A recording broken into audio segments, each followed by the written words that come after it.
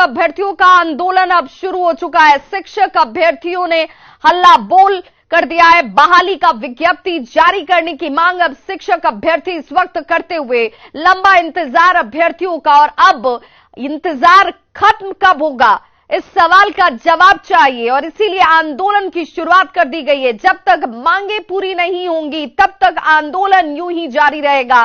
सरकार पर गंभीर आरोप सीटेट बीटेट पास अभ्यर्थी लगा रहे हैं और सरकार पर इस आरोप के साथ वादा खिलाफी का आरोप भी ये शिक्षक अभ्यर्थी इस वक्त लगाते हुए, जिसमें इनकी तरफ से हल्ला बोल कर दिया गया है।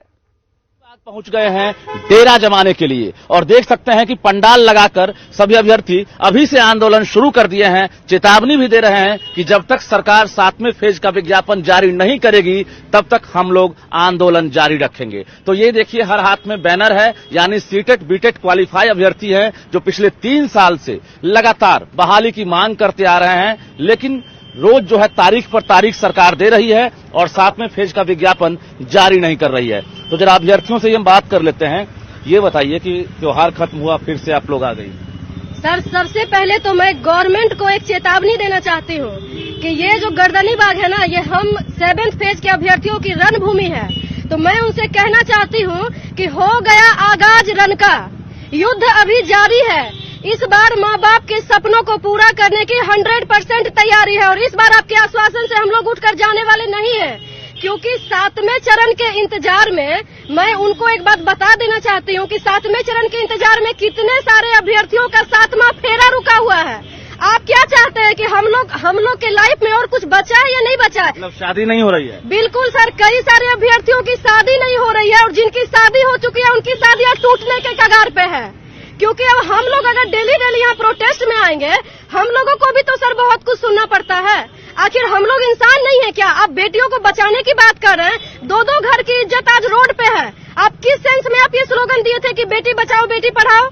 आप क्या चाहते हैं कि जिस तरीके से आप गठबंधन से महागठबंधन करके पलटी मार के सरकार बना लिए, अब हम लोग भी गठबंधन तोड़ के और महागठबंधन करें क्या? आप शादी जैसे पवित्र रिश्ते को बदनाम करने पे पड़ गए।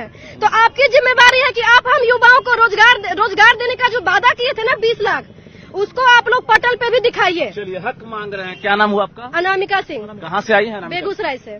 बेगूसराय से अनामिका सिंह हैं और देखिए ये गर्दनी बाग में आई हैं और एक तरह से सरकार को साफ तौर से चेतावनी दे रही है, क्योंकि सीटेट पास हैं आप या बीटेट? सर, सीटेट क्वालिफाइड है। बहुत उम्मीदें होगी सर, बहुत ज्यादा उम्मीदें थी और जिस तरीके से इन्होंने कहा था ना कि हम 20 लाख युवाओं को रोजगार दे देंगे, गांधी मैदान से नियुक्ति पत्र देंगे, तो मैं कल खुद इसीलिए आते के साथ गांधी मैदान गई थी कि देखते हैं कि इसी जगह से ना हम लोग को नियुक्ति पत्र दिया जाएगा।